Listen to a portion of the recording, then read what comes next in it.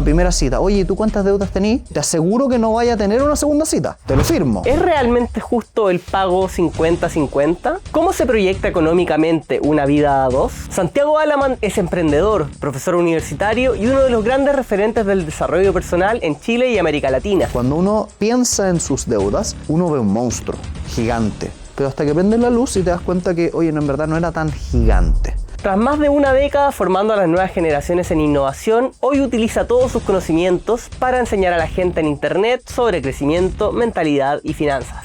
¿Por qué hay tantos multimillonarios deprimidos?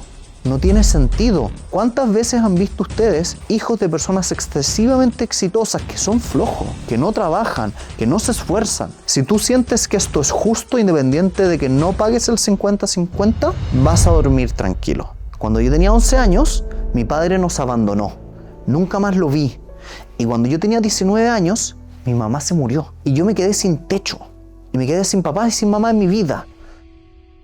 Este podcast está auspiciado por neetpagos.com. En Neet puedes pagar desde la cuenta de la luz, agua, gas, hasta la cuenta de tu arriendo a través de la tarjeta del banco que tú tengas. Ganarte los beneficios de esa tarjeta y también los beneficios que te entrega Neet, que luego puedes canjear por CMR puntos, Milla Latam Pass o descuentos en el total de la boleta. Aparte de ahorrar tiempo y orden financiero. En el link de la descripción puedes acceder a neetpagos.com y empezar a pagar tus cuentas de forma inteligente. Primero que nada, Santiago, muchísimas gracias por venir de nuevo. Esto viene en off. Habíamos grabado un problema técnico. El día de hoy nos acompaña una de las personas más importantes en Chile de acuerdo al desarrollo personal, uno de los canales que más seguimos acá con Nico, somos muy fanáticos. Y entendemos, Santiago, que tú eres profesor universitario, ¿no? Sí. De la Cátedra de Innovación y Emprendimiento de la Innovación, Universidad del Emprendimiento y Desarrollo y una cuestión que se llama un electivo comercial tributario en Derecho. Hago tanto en comercial como en Derecho. Ahora, nos queda una duda fundamental. ¿Cómo un profesor universitario se convierte en creador de contenido en redes sociales? Mira, son caminos distintos y complementarios. Ok.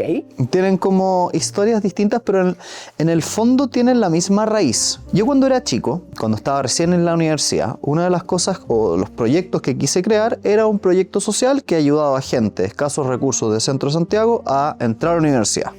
Un preuniversitario social. Teníamos 100, 150 alumnos por año, ayudábamos a harta gente, y yo era uno de los profesores y además el encargado de coordinar hartas cosas, etc. Entonces, en ese contexto, yo me empecé a dar cuenta que a mí me entretenía y me gustaba mucho el poder ayudar a otros a lograr sus sueños, poder educarlos, poder darles herramientas, etc. Entonces, eso, por un lado, iba como caminando, si se quisiera, con mi vocación de docente, si se quisiera. En paralelo a eso, yo en la universidad fui bastante ñoño en varias cátedras y fui ayudante de varios ramos, muchos ramos. ¿Tú estudiaste Derecho o...? Yo estudié Derecho en la Católica y fui ayudante, por decirte, no sé, de 7 ramos. Ahí fui como encontrando el enamoramiento por el hacer docencia universitaria. Cuando salí de la U, yo entré bastante joven, recién un año de egresado, entré a hacer clases ya como docente a la Universidad del Desarrollo. Era muy divertido porque en esa época la mitad de mis alumnos eran más viejos que yo en edad. Porque yo había apurado un poquitito la carrera, había hecho el examen de grado más rápido, había tomado algunos ramos extra. ¿Cómo? ¿A qué egresaste? Los 23, 24 de egresado. ¿De Derecho? Sí. Ah, pero o sea, le hiciste... Lo hice rápido, no extraordinariamente rápido, pero lo hice rápido. Entonces fue todo un poquito más apretado. Partí con la mitad de los alumnos que eran más viejos que yo y yo me tenía que vestir formalcito, cortarme el pelo, poner cara de viejo, ¿cachai? Porque si no... Pinta el pelo blanco casi. Casi que ahora ya lo tengo más blanco, pero en esa época era... Para que no hubiesen duda. Era un problema, ¿cachai? Por ese lado partió un poco el gustito por la docencia universitaria. El próximo año voy a cumplir 10 años haciendo clases. Pero al mismo tiempo, en paralelo, me pasaba que, y ahí voy a tu pregunta de cómo fue que pasamos de docencia universitaria a creación de contenido. En paréntesis, ¿seguía el preuniversitario? El preuniversitario sigue existiendo hasta el día de hoy. ¿Sigue existiendo? Sí, está fundamentalmente creado, y eso es lo choro de ese proyecto. Tú en la Casa Central de la Católica, para los que no son de Chile, es una de las universidades más famositas aquí acá en Santiago, tienes las facultades de Derecho, Periodismo, Medicina y Ciencias Biológicas. Por lo tanto, tú tienes a las personas que sacaron puntajes nacionales en lenguaje y historia, los de derecho, y los que sacaron nacionales en matemática y ciencia, que son los de medicina. Entonces, cuando yo estaba en aquellos tiempos, hice mi primera fusión, si se quisiera, que era que yo era de los de derecho y dije, ¿sabéis qué? Tenemos que darle la mejor oportunidad a todos los cabros del centro de Santiago que van a liceos muy vulnerables y que nunca nadie les ha enseñado nada. Me voy a conseguir solo profesores que hayan sacado puntajes nacionales. Afortunadamente estaban todos ahí. Entonces, nos juntamos con varios de medicina e hicimos un proyecto común. Era muy entretenido porque tú como alumno tenías acceso a personas que habían sacado puros puntajes nacionales. Entonces, eso es súper extraordinario por lo general. Tenían la oportunidad de acceder a filete educativo. ¿Y cómo lo financiaban? Porque 100% gratis, la universidad nos prestaba las salas y les cobrábamos una cuota que era como 3 lucas para pagar las impresiones de los materiales. Y en paralelo, con otro amigo, teníamos otro proyecto distinto donde él quería hacer el contenido de podcast cuando no existían los podcasts en ningún lado. Estamos hablando como ya también van a ser como 10 años. En Chile no habían podcasts. no existía el formato. El formato no existía. De hecho, cuando yo le decía a la gente que hacía podcast, me decían como, ¿qué es esta cuestión? Yo decía, no, mira, es como una radio online. Ya, se entiende. Entonces, ya, hagamos esta cuestión. Pero a mí no me gustaba grabarme, aunque paradójico lo voy a decir, pero me dan vergüenza las cámaras. No me gustaba salir, que la cuestión, no sé qué, no quiero hacerlo. Ya, pero hagamos algo intermedio. Ya, quiero escribir un blog, no sé qué. Escritura, voz, escritura, voz, escritura, voz. Ya, ¿y de qué quería escribir? No, podría escribir de cuestiones que voy leyendo, porque como leo harto, ya. Hagamos un podcast, pero de libros. Ese proyecto lo empezamos a hacer hace muchos años con mi querido amigo Pedro, quien era el que editaba, grababa, hacíamos todo juntos, yo ponía las cámaras, etc. Nos fue pésimo. Aparte que en qué plataforma lo tenían que subir, porque en esa época era iTunes. Claro. Habían otras cosas que no eran Spotify, no era YouTube, no era nada. Terreno inexplorado, como Totalmente, que nadie sabía cómo performar en eso. Nosotros los primeros capítulos los han escuchado 20 personas y se escuchaban pésimo. De hecho, todavía está vivo ese capítulo. O sea, tú podés irte, no sé, debemos llevar más de 300 capítulos. Vamos a buscarlo y lo vamos a poner. Pero si lo verla. encuentran, vayan a verlo, si cuestión del año de la pera. En no ficción no estaba ese formato, pues, ¿cachai? Nadie hablaba de libros de arquitectura, de medicina, de finanzas. Fomísimo, ¿cachai? A veces pasaba que alguien llegaba con un libro y nos lo regalaba. Oye, deberíais leerte este libro, está muy de moda, etc. Y hay uno en particular de un chico que se llama Byung-Chul Han, que es un coreano. Byung-Chul Han es un filósofo coreano. Un filósofo coreano que tiene un libro que se llama... Me parece que se llama La Sociedad de la Transparencia. Sí. Cuento corto, ese libro no nos gustó. Y fue el primer libro que comentamos, entre comillas, como negativamente. Ya sí le fue bien. Y lo mejor de todo es que fue lo que yo llamo el capítulo de la discordia. Porque nosotros decíamos constantemente como no nos gustó, no entendimos nada, etc. Y a la gente le encantó. Porque mucha gente en los comentarios nos ponía, yo tampoco entendí nada. Y de repente entre medio se generaba que habían otras personas que decían, no, pero es que mira, no entendiste porque tenías que leer primero estos otros 2 libros y si leías estos 2 libros podías entender. Eran los que en verdad sabían de filosofía. Nosotros éramos ignorantes. El punto es, el algoritmo empezó a agarrar vuelo, po. En ese contexto, con este proyecto como entretenido con mi amigo, hicimos un cambio que yo les contaba la otra vez, que fue como lo que cambió completamente la exposición, que era los videos. Las cámaras. ¿Y eso después de cuánto tiempo, Santiago? Porque creo que hay algo bien importante. No sé, 5 años. Claro, porque hay 2 reciente, temas acá que me parecen relevantes. Uno es, hay un video muy bueno de por qué fallan los emprendimientos o las startups. El factor más determinante es el timing. O sea, si tú sacáis algo que no es el timing correcto, puede que nadie lo compre. Y cuando Santiago salió con el podcast, no era el timing para que eso despegara. Sin embargo, estuviste 5 años. O sea, fuiste persistente, consistente. De hecho, yo no sé si sabía, pero eso mismo que acabáis de decir, uno de los casos más famosos actuales es el caso de los scooters eléctricos. Los scooters eléctricos son súper antiguos. Solo que antes la gente no tenía cómo cargarlos, dónde ponerlos. No era el momento. Hoy tú ves millones de scooters eléctricos por todos lados. Pero cuando los crearon hace, no sé, 20 años atrás, nadie usaba un scooter eléctrico. Y ahí tal vez una cosa interesante y un poco para ustedes, como la conversación de... Hay veces que tú haces proyectos que les va muy mal, pero que te encantan, que te gustan y todo. Y ahí una de las cosas que me he dado cuenta y que lo estaba leyendo el fin de semana en otro libro de otra cosa, que era que no todo tiene que tener una audiencia. Hay veces que tú tenés que tener proyectos artísticos, arte por hacer arte, sin que nadie lo vea. Y un ejercicio que me encanta mucho es, por ejemplo, escribe un poema, escribe una carta y quémala, rómpela, tírala a la basura, que no se la mostré a nadie.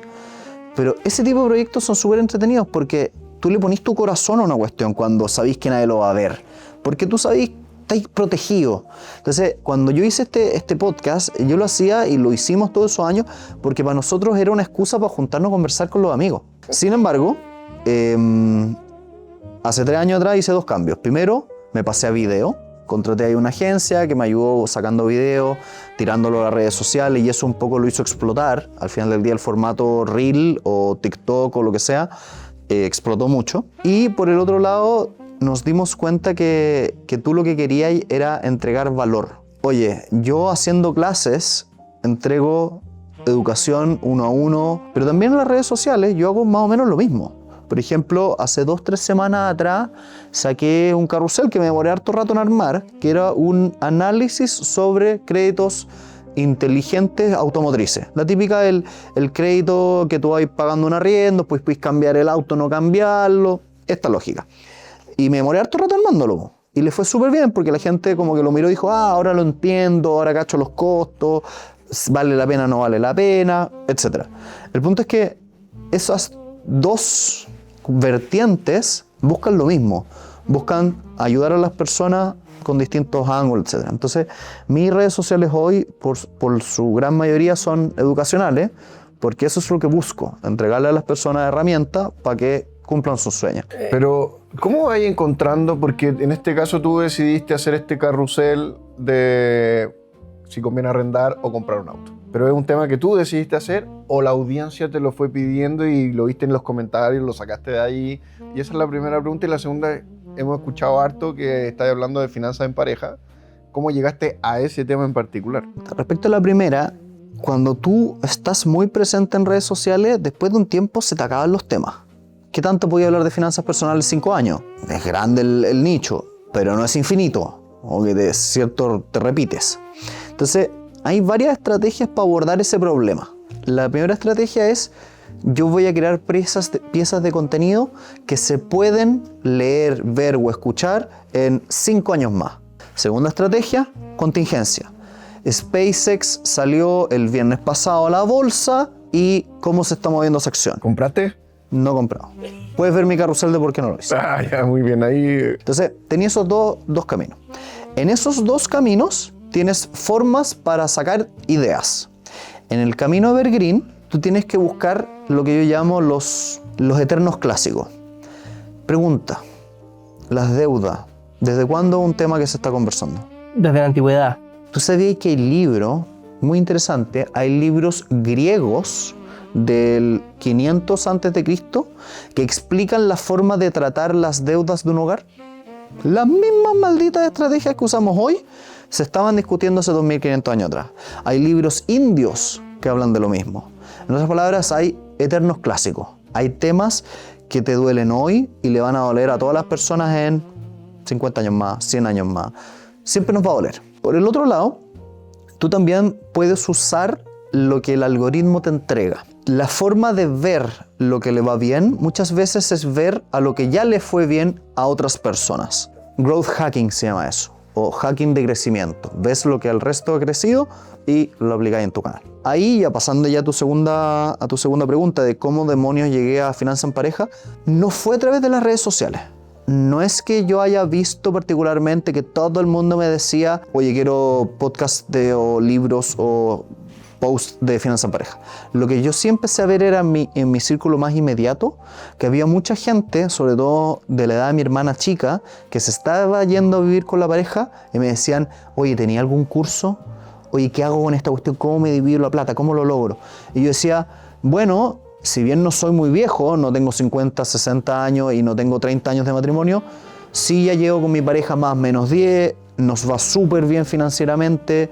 Entonces, nuevamente, como buen nerd, dije, quiero entregarle a estas personas las herramientas que les faltan para tomar estas decisiones. En ese mismo contexto, yo dije, ok, quiero salir a buscar no solamente mi propia experiencia, porque lo que yo te voy a recomendar a ti, lo que te voy a recomendar a ti no es lo mismo, y lo que me sirve a mí tampoco te puede servir a ti necesariamente. Hay ciertos patrones comunes, por ejemplo, vivir bajo tus ingresos. ¿Qué quiero decir con eso? Si ganas 100, gasta 80 y tiene una pequeña diferencia. Eso es obvio. Si es que estáis gastando más de lo que ganas, a nadie nunca jamás le va a ir bien. Sin embargo, no es tan obvio para una pareja el tema de, oye, nos vamos a media, tú te vas 60-40, lo hacemos proporcional, ¿cómo lo hacemos? Porque depende no de plata, sino que depende de sentimientos, depende de relaciones. Y un poco lo que yo les contaba la vez pasada con el ejercicio de las galletas.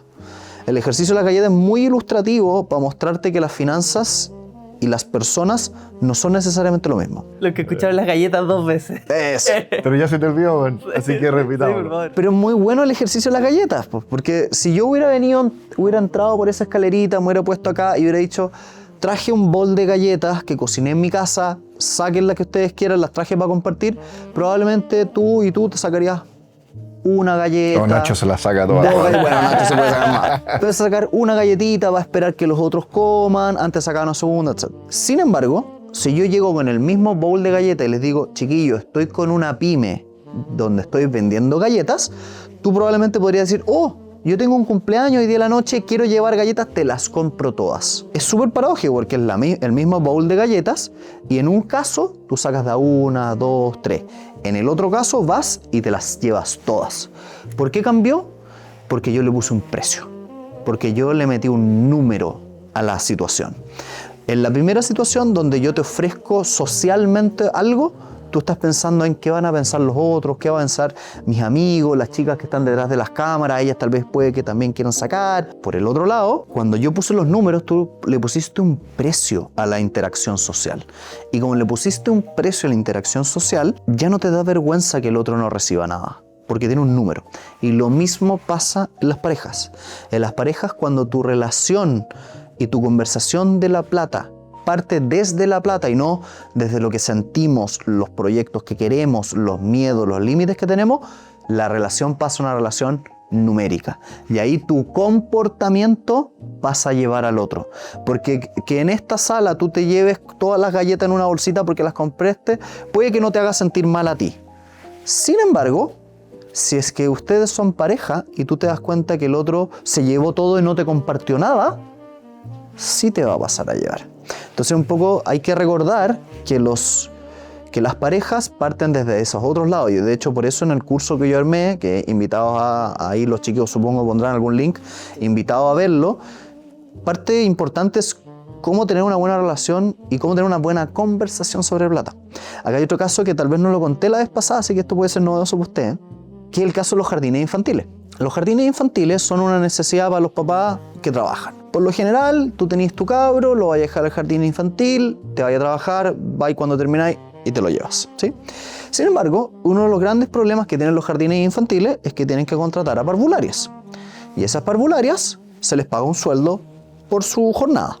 Sin embargo, dime tú, si es que tú tenías una jornada de, no sé, de 7 a 5 y te quedas hasta las 6, ¿qué debería hacer tu empleador contigo? Pagarme horas extra. Pagarme horas extra. Por lo tanto, ¿cuál es el problema de los jardines infantiles y los papás? En muchos lugares ocurre que los papás, por su pega, llegan tarde a buscar al niño. ¿Y puede una parvularia dejar al niño solo en el jardín? No, se tiene que quedar esperando a que los papás vayan a buscar a los niños. Por lo tanto, los jardines tenían un problema, que era que les tenían que pagar horas extra a las educadoras para aguantar esta llegada atrasada de los papás. Entonces, hay un experimento muy interesante, que es que en unos jardines se les ocurrió decir, ¿sabéis lo que vamos a hacer? Para que esto no siga pasando y los papás se pongan las pilas y lleguen a la hora, ¿qué vamos a hacer? A ver, Le vamos a cobrar más a los papás si es que se demoran más en le vamos a poner una multa. Por cada hora de atraso yo te voy a multar y te va a salir más caro el jardín. Adivina qué pasó. Todos pagando. Lo que pasó es que la gente se empezó a demorar el doble o el triple. ¿Por qué? Porque le pusiste un precio. Tú sabías que ahora la hora de atraso valía, no sé, 10.000 pesos. Es como ya, puedo pagar 30 lucas. Ya sabéis que estoy súper ocupado en la pega, voy a pagar estas 3 horas extra. y no te importa esa pobre chiquilla que trabaja 2 horas del jardín, que tiene que tomar la micro, que tiene que viajar, va a llegar de noche en un lugar peligroso, no te importa. ¿Por qué? Porque le pusiste un precio a la interacción. Entonces, paradójicamente hablando, no te conviene ponerle un precio. Te conviene que la persona vea a la parvularia que pierde la micro, que pierde el interurbano ya no está, que X, Y, Z. ¿Por qué? Porque lo sacas de la relación monetaria y lo metes a la relación humana. Santiago, explicaste que habían 6 métodos en que normalmente las parejas se dividen la plata, pero que antes de llegar a eso había que tener una conversación con la pareja que va más conectada a las emociones, a cómo te hace sentir ciertas cosas. ¿Cómo se estructura esa conversación con la pareja? ¿Qué preguntas hay que hacerse para poder llegar a entender qué método usar? Mira, en realidad, más que qué preguntas hay que hacerse, hay que aprender qué cosas no hay que hacer primero y después entender cómo los grupos de temas que tenéis que conversar. ¿Qué cosas no hay que hacer? Desde donde venimos conversando. Si tú hablas de tenemos que hablar de plata, vamos a partir desde el dinero, al tiro. Le pusiste precio a la conversación. Como le pusiste precio, estamos mal. Entonces, ¿qué no hay que hacer? Y eso que es lo normal que pasa, ¿eh? Tú decías que hablemos de plata. Oye, hablemos de plata, tenemos que hablar de plata. Digamos. Partimos mal. Partiste mal. ¿Por qué? Porque le pusiste precio a la conversación. Segunda cosa, tenemos que evitar palabras que están cargadas. Aunque es obvio que tú vas a terminar hablando de un presupuesto, no puedes partir hablando de, oye, hablemos de nuestro presupuesto. Porque en el fondo, debajo de la palabra presupuesto, gasto, deuda, hay cosas. Por ejemplo, presupuesto implica que tú te saliste, Claro. que tú te pasaste, que tú no respetaste algo que habíamos acordado, que tú no estás siendo responsable. Implica ciertas Y cosas. se siente más como una negociación de repente Entonces, que una conversación. Oye, con tu hablemos de pareja. nuestro presupuesto. Chuta, ¿qué me quiere limitar? ¿En qué me pasé? ¿O qué no quiere que gastemos? ¿Qué me va a decir? Ugh, venimos mal. Ansiedad. Entonces, ese tipo de palabras no son las adecuadas. Entonces, no hablar de este tipo de palabras que sabemos que vienen cargadas hacia el dinero. ¿Y de qué sí hablar? Hablar de, primero, proyecto en común. La plata no sirve para nada más que para comprar bienes y servicios. Eso es. Por lo tanto, no hablemos de plata, hablemos de qué es ese algo que queremos hacer con la plata. ¿Sí? Entonces, por ejemplo, si tú partes conversando del proyecto en común, a dónde queremos llegar, cómo nos queremos sentir, y no tiene por qué ser necesariamente a 5, 10, 15 años que queremos tener la casita al playa para ir a pasear los fines de semana con nuestros nietos. No, puede ser mucho más cercano. Yo me quiero sentir tranquilo a fin de mes. Eso es lo que yo quiero. Yo quiero sentir que, por ejemplo, viajo seguro. Quiero tener un auto que tenga buena seguridad, por ejemplo. La plata es netamente una herramienta para estas cosas que estás buscando. Entonces, lo primero que tenemos que buscar, o lo primero que tenemos que hablar en esa conversación, primero, ¿a dónde queréis llegar? ¿Cuáles son esos proyectos en pareja que tienen en común? ¿Cuáles son esas aristas? Y esa conversación es lo más variada que hay. Puede ser de millones de formas, pero lo importante es hacia dónde vamos juntos. ¿Sí? Segunda pregunta es, ¿cuáles son nuestros límites? ¿Qué cosas nos ponen incómodos? Y los límites no necesariamente son plata, también puede ser tiempo, también puede ser presencialidad. Por ejemplo, con la Vale, que es mi señora, ella es médico. Y para ella, parte de su carrera es tener turnos, es decir, tener que dormir fuera o sea, no dormir una noche, pasar trabajando toda la noche y llegar al día siguiente. Por lo tanto, para nosotros una conversación muy legítima era tiempos. Para nosotros como pareja, ¿cuántas veces a la semana esto es razonable? Viceversa, ella conmigo, yo a veces viajo por negocio. ¿Cuánto es razonable que te vayas para hacer negocios en un mes, en un semestre? ¿Cuántos días de corrido, cuántos días no de corrido? Oye, ¿sabéis qué? Para mí una de las cosas que más me gusta es que desayunemos juntos. Y prefiero que nos levantemos más temprano y desayunemos juntos a que desayunemos en la oficina. ¿Válido?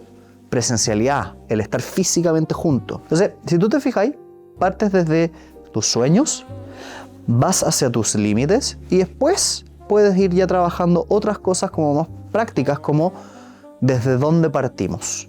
Porque esa es una conversación que muchas parejas no tienen. Tú te juntáis con tu pareja y le preguntáis, oye, en una primera cita, oye, ¿tú cuántas deudas tenís? Te aseguro que no vaya a tener una segunda cita. Te lo firmo, o sea, no vaya a llegar a la segunda ni a la tercera. Entonces, son conversaciones que son medias tabú, que tienen que ver con saber dónde estás. ¿Y por qué son tabú? Porque es paradójico lo que voy a decir, pero muy probablemente el 95% de las personas que nos escuchan no lo saben respecto de sí mismo. Tú no sabes realmente hoy, si yo te pregunto hoy, ¿cuánto es el monto total de tus deudas? ¿Cuántos son tus cuotas? ¿Cuánto tenía en el banco? Ya está medio... No es tan claro. No, y la típica, anda a leer el estado de cuenta de una tarjeta de crédito. Es un trabalengua la cuestión. Aparte. Entonces, yo no sé muy bien dónde estoy. Es difícil de que tú lo sepas. Y por lo tanto, tenemos que tener esa conversación. Pero viene cargado de, ¿y qué va a pensar si yo le digo que no estoy seguro cuánto tengo en deuda? ¿Y cómo se va a sentir si tal vez la deuda es mucho más grande? Muchas veces está como el miedo a la oscuridad. Cuando uno era niño y uno miraba un closet oscuro, uno se imaginaba un monstruo detrás. Y tú prendías la luz y había ropa, no había nada, ¿cierto? Pasa lo mismo con la finanza. Cuando uno piensa en sus deudas, uno ve un monstruo gigante. Pero hasta que prendes la luz y te das cuenta que, oye, no, en verdad no era tan gigante. Entonces pasa lo mismo con los sentimientos de la plata cuando lo voy a hablar con la otra persona. Yo siento que tengo un monstruo en el closet y si se lo cuento me va a ver como alguien menos valioso, se la va a pensar 2 veces si estar conmigo, se va a poner nervioso, o si ya está conmigo va a encontrar algo que yo tal vez no le dije, me va a generar una pelea. Esto va a salir mal, porque está apagada la luz y no hay prendido la luz del closet. Cuando tú la prendes, te das cuenta que los problemas que tú diagnosticas los puedes tratar y solucionar. Cuando tú no prendes la luz y no los diagnosticas, no los puedes tratar y solucionar. Una tercera arista de lo que tenemos que conversar con la pareja tiene que ver con desde dónde venimos. Ok, revisemos cuántos son mis deudas, cuántos son mis ahorros, cuánto he ganado en el último tiempo, hacia dónde voy, cada uno. Y después, juntos. Y ahí construyes una base, que yo llamo el balance de finanzas en pareja, que es básicamente una planillita, pero puede ser un cuaderno. No es necesario que sea una cuestión sofisticada, puede ser un cuaderno que tenga lo que tengo, lo que debo, cuál es la resta entre lo que tengo y lo que debo, cuánto me da en total. Y ahí partes, fíjate el orden, partes desde tus sueños, tienes tus límites, sabes a dónde vas y de dónde estás partiendo. Ahora la conversación de armar un presupuesto ya no está enmarcada en, no quiero que gastéis plata en poleras. La conversación está enmarcada en, acá estamos, acá queremos llegar, ¿cómo llegamos juntos? Porque la conversación natural de todas las parejas en el planeta es que es imposible tenerlo todo a la vez. Porque no alcanza. Es de la realidad del ser humano de que no puedes tener todas las cosas. La otra vez estaba leyendo un filósofo budista que hablaba que la forma más concreta y fácil de ser feliz es limitar tus deseos, manejar lo que quieres. Si quieres tener el yate, el helicóptero y el auto de carrera, probablemente tu felicidad va a ser mucho más difícil de alcanzar si eres una persona que está contenta con no el helicóptero, con un auto normal y una casita que puede pagar. No porque tengas más cosas o que el auto que tú tengas sea mejor que el otro, porque el otro, objetivamente hablando, es mejor. Claro. Sin embargo, tú estás contento con lo que tienes. Entonces, yo me he dado cuenta que hay una especie, a mí personalmente me pasa mucho y es como uno de mis problemas personales, que yo muevo el poste, que se llama. Yo, por ejemplo, cuando hacía atletismo, corría carrera y a veces me tocaba saltar salto largo. Entonces, una de las típicas cosas que tú tienes en un colegio es que tenés como una especie de recta y un cajón de arena donde la gente salta. Entonces se ponía un postecito al lado de la arena como marcando hasta dónde habéis saltado o hasta dónde habíais llegado. Entonces yo saltaba y cuando una vez que lo pasaba tocaba mover el poste. Y la siguiente vez que saltara tenía que mover el poste y mover el poste. Pero en las finanzas personales y en tu vida en personal, a mí me pasa muchas veces que he movido el poste. Y mover el poste de mi felicidad con las cosas tiene un costo para mí. Yo antes era mucho más feliz con mucho menos. Claro, es que generáis tolerancia. Voy subiendo. Entonces, intencionalmente, cada cierto rato, hago el ejercicio de agradecimiento, de darme cuenta de qué es lo que tengo hoy.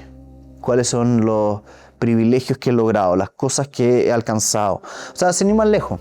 Este ejercicio lo hice ayer. El domingo yo tuve la fortuna de que me invitara mi hermana a la playa. Entonces me fui en el auto a la playa, etc. Estaba hablando con la Vale que estaba conmigo. Qué impresionante que 10 años atrás, un poquito más incluso, yo soñaba que algún día iba a recorrer esa carretera en el auto mis sueños. Entonces, iba antes de ayer en el auto y decía, Lo tengo. date cuenta, vas en el auto de tus sueños. Entonces, ahí es cuando me di cuenta que no tengo que mover el poste, que no me tengo que comprar el auto que viene después, que es el modelo más caro, el que va arriba, el más deportivo. Podría hacerlo, podría mover el poste. Pero si soy lo suficientemente autoconsciente de decir, hasta acá no va a llegar el poste, voy a ser mucho más feliz.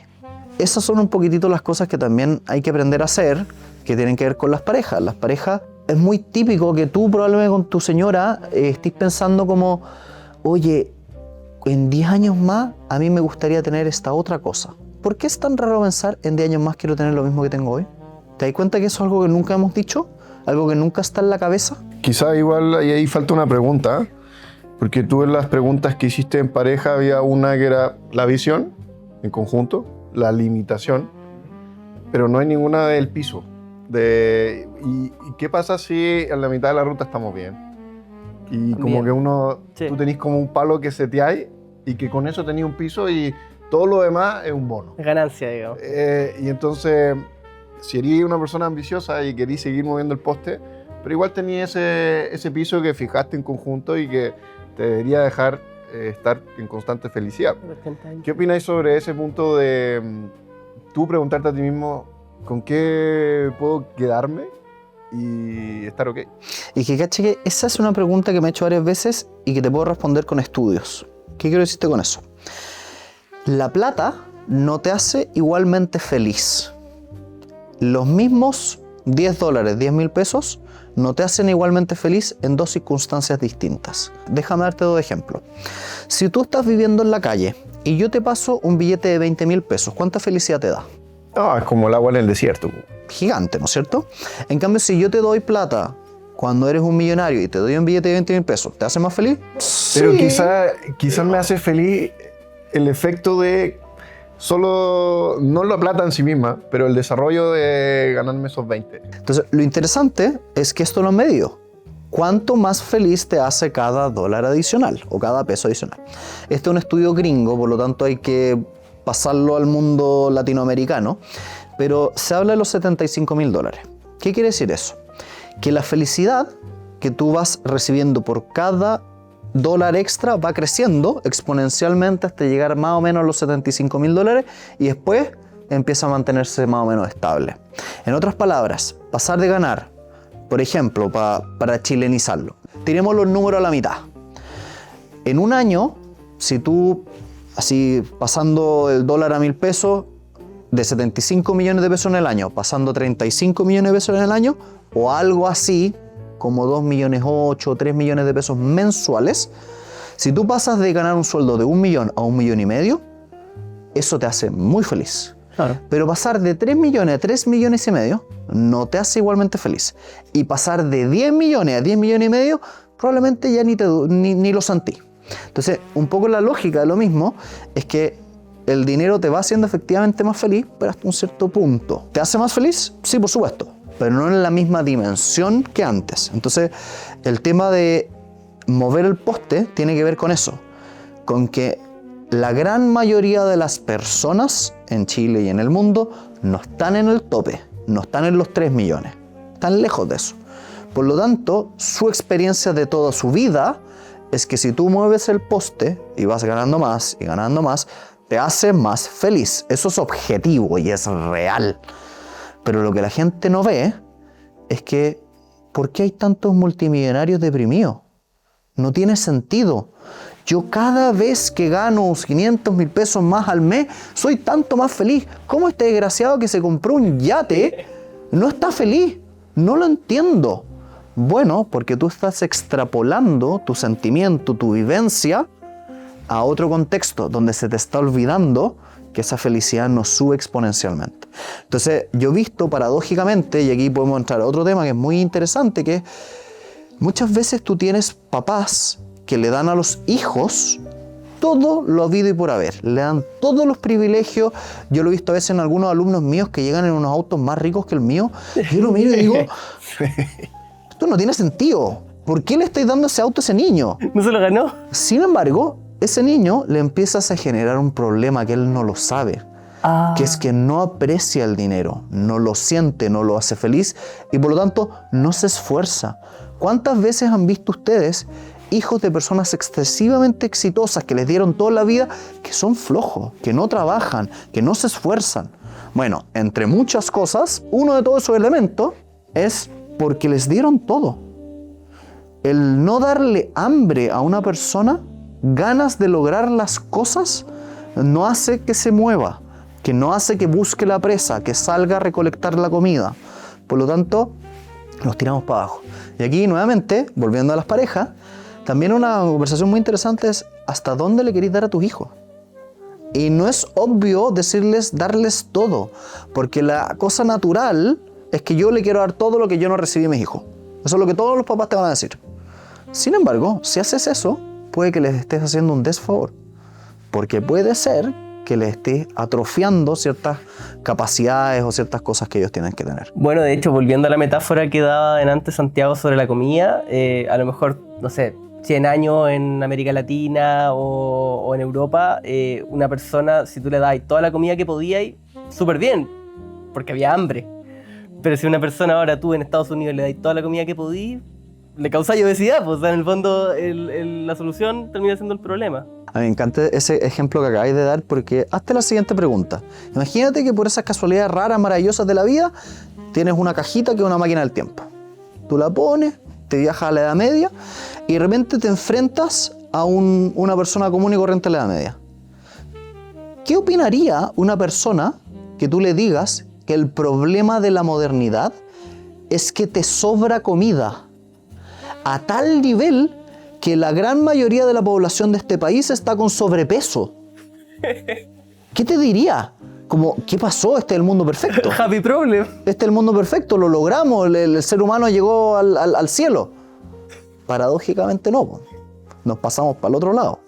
Entonces, un poco lo que tú decís, como, qué loco, como si tú le das a las personas todo, no necesariamente le estás dando lo que en verdad necesitan. Hay un debate moderno, Santiago, que creo que tiene mucho que ver también con los tiempos en los que estamos viviendo. Está medio instalado este discurso general y moderno en el cual las parejas tienen que pagar todo el 50-50. Por ejemplo, yo voy al restaurante y yo pago el 50, mi pareja el 50, el auto, el crédito hipotecario, cualquier cosa se paga la mitad. ¿Es correcto el 50-50? A mí me parece, es curioso, es igualitario, no sé si es justo. ¿Cuál es la diferencia? Si tú haces a una persona correr 100 metros plano, va a ser distinto si la persona mide 2 metros o mide 1,50 m. Y hay una imagen muy bonita que muestran como unos niños intentando mirar creo que una cancha, por decirte. Y hay una reja. El niño de 2 metros está mirando arriba de la reja. Pero el niño de 1,50 m, la reja le llega arriba. Por lo tanto, lo suben a una cajita para que pueda mirar.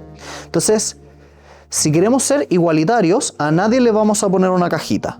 Es decir, el alto va a mirar arriba de la reja y el que es bajo no va a poder ver a través de la reja. Pero tal vez lo justo para eso, para que ambos niños puedan ver el partido, es ponerle la cajita, ¿sí?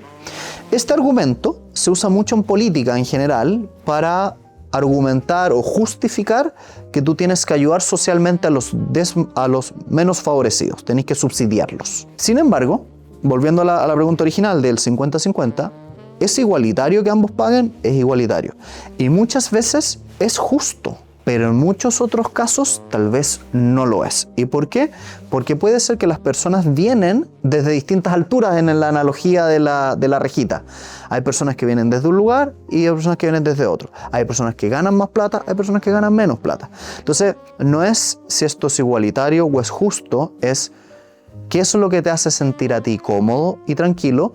Y la respuesta que te voy a dar es que normalmente la gente se siente cómoda con lo que es justo, no necesariamente con lo que es igualitario. Si tú sientes que esto es justo, independiente de que no pagues el 50-50, vas a dormir tranquilo. Si tú sientes que esto es igualitario pero no es justo, ¿cómo es posible? No sé, pues imaginémonos que mi señora gana el doble que yo. ¿Cómo es posible que yo tenga que poner lo mismo? A ella no le duele nada, a mí me duele, se me va casi todo mi ahorro en esto. A ella puede ahorrar el doble que yo.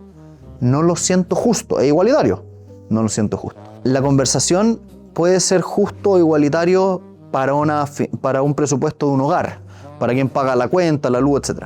Pero por ejemplo, en lo que tú dijiste ahí, quién paga la cuenta de la comida en una cita puede ser muy distinto. Porque esa conversación, por ejemplo, yo invito a una chiquilla a comer, me siento con ella, comemos todos felices, llega la cuenta. Esa cuenta no está limpia, está cargada de historia. ¿Cuál es la historia? Está cargada de años, por ejemplo, de una cultura machista, por ejemplo, donde el hombre pagaba todo y la mujer no era lo suficientemente válida como para poder poner la plata. O a la vez puede que venga cargada de que se pensaba que el hombre tiene que invitar a la mujer para cortejarla. Cultura. Eso no es igual en todo el mundo, ojo con eso. Nosotros lo vemos en Latinoamérica porque nosotros estamos acostumbrados a eso. Pero tú te vayas a Asia y te vas a dar cuenta que no es tan obvio. Esa cuenta viene con historia, viene cargada con cosas. Entonces puede ser que lo justo en esa cuestión, en esa primera cita, sea irse a media. Porque se hace cargo, por ejemplo, de estas injusticias con la mujer que durante muchos años no se le vio como un par. Puede ser. Depende del contexto, depende de dónde estáis parados, qué es lo que estáis viviendo, con quién estás. También tiene que ver con muchas cosas. Por ejemplo, a mí me encanta invitar a la gente. Yo constantemente salgo a comer con gente y les pago la cuenta entera. Y tú decís, pero esto no fue una cita. El WhatsApp de... Claro. Mira, mañana no tengo... Y yo les pago la cuenta no porque sea justo ni que sea igualitario, sino, por ejemplo, porque yo vengo con mi historia. Claro. ¿Cuál es mi historia? Mi historia era que cuando yo era chico, hasta yo tenía más o menos 11 años, yo tenía una cuna de oro. Yo tenía todos los privilegios. Cuando yo tenía 11 años, mi padre nos abandonó. Nunca más lo vi. Y cuando yo tenía 19 años, mi mamá se murió. Y yo me quedé sin techo. Y me quedé sin papá y sin mamá en mi vida. Por lo tanto, yo pasé en mi historia de ser una persona que estaba preocupada de la plata, estaba ansiosa y que tenía algunos tíos muy generosos que cuando yo salía con ellos me pagaban la cuenta. ¿Se entiende? No porque yo no estuviera trabajando, porque cuando yo tenía 18 y 19 años trabajaba, me podía pagar la cuenta. Sin embargo, porque ellos decían, quiero hacerle un gesto, quiero hacerle un regalo, Ya no era un tema de precio. No era plata. Es afecto. Entonces, muchas veces podemos salir los tres y decir, chiquillos, yo los invito hoy día. Y siempre digo la misma frase, tú me invitas la próxima. La próxima la pago yo igual, pero no importa, porque no estoy pagando el precio por pagarlo, sino porque estoy haciendo el gesto. Entonces, al final del día, la gente simplifica los análisis. El problema del Reel y el TikTok es que queremos destilar una historia de 200 años en 35 segundos. Y buscar el dato muy práctico que obvia todo este y tú contexto. querías resumir esta conversación que llevamos de 5 o 10 minutos hablando de quién paga la cuenta 50-50 en 25 segundos. Es casi imposible. Se te van a ir los matices. Entonces, por eso es muy bonito el formato largo, ¿cachai? Por eso es muy bonito el poder conversar largo, escribir un libro, etcétera, porque tenía esa granularidad. La riqueza. Sí. En fin. Oye, Santiago, muchísimas gracias por venir. Volver a venir a un nuevo capítulo de Cuentas Claras. Nos llevamos un montón de valor el día de hoy y me llevo varios tips para organizar las finanzas con... Y yo me llevo accionable, súper claro, así que... Y yo me llevo un almuerzo, ojalá.